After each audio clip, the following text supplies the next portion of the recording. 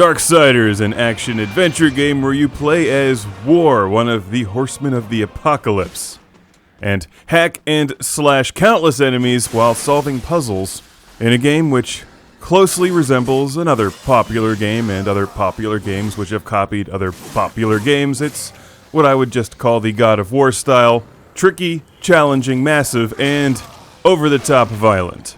This is one that fans of the God of War series and Dante's Inferno and others should keep their eye on, because it's quite affordable now. You know, this is a 2010 release that I never even heard of. When it came out for Xbox 360 and PlayStation 3, it made its way onto PC. And I discovered it while reviewing games for the OnLive game service. It's published by THQ, one of the early adopters of OnLive. Darksiders plays really well. If you're familiar with those other games, you'll jump right in and pick this one up. It uses many of the same strategies and tactics. It can be a little bit buggy at times, like this part here where I needed a sword to put into the statue and the sword just vanished halfway through the battle, making me repeat it. So kind of annoying. No vanishing swords next time, please. I hear there's a sequel in development.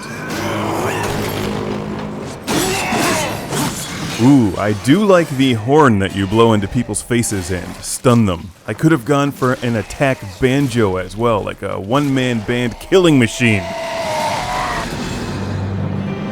There could be other weapons like a death boomerang tambourine that you throw at enemies, cut their head off, and it flies back to you so you can continue playing it, but in all seriousness, that would have at least set this game apart from its competition. The problem with Darksiders, if it has a problem, other than the vanishing sword, is that it gets lost in the competition, because it's so similar to both God of War and Dante's Inferno. Yes, there's differences, and if you really love the game, you'll see what they are as you play through it.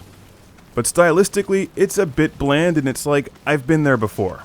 If only I could punch a chest so that glowing green orbs flew out of it and restored my health.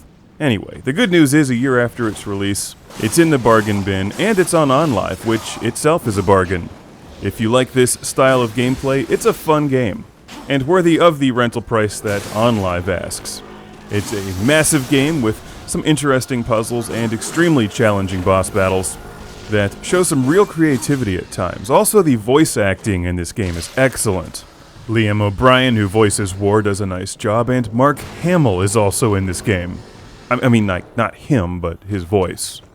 If you have a super-duper fast, high-speed internet connection, the game is fast and responsive and playable on OnLive. Visually, as with every game on the service at this time of this review, the colors and visual details are muted compared to what you'll find on the other major game consoles. Except for the Atari 5200 version of this game, which just completely sucks.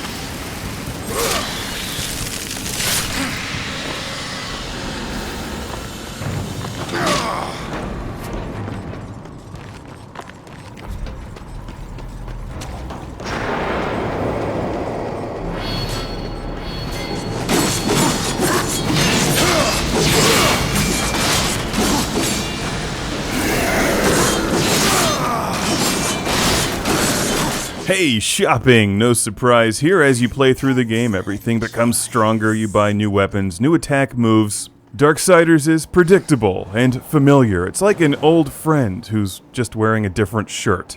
Does it deserve to be labeled as a bargain bin budget game? Probably not. A lot of work obviously went into this game. It's huge and packs a massive amount of challenge. It's also a nice representation of what OnLive is good for, because it's so easy to browse games on there and you can instantly preview them for free. And it's just sitting there right in between Red Faction and Batman Arkham Asylum. But this time you don't have to spend $60 on it. It's free to preview and extremely cheap to play.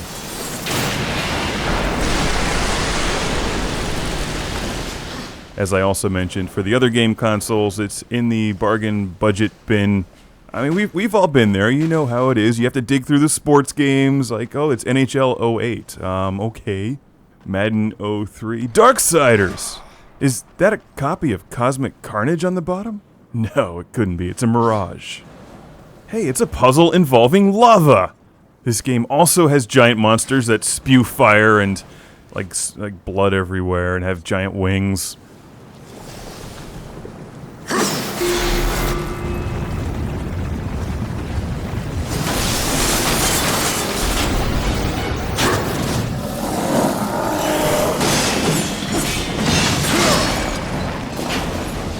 Oh yeah, the swordplay controls are pretty good, and they're certainly predictable, but the throwing controls are tricky, to say the least. That adds to the challenge. Darksiders is pretty cool, and definitely worth a look if you're into this genre, and particularly for you OnLive owners. Give it a spin, even though you don't really spin games on that thing so much as... Give it a stream. That just doesn't sound cool. How about just try playing it? You may be pleasantly surprised. Darksiders!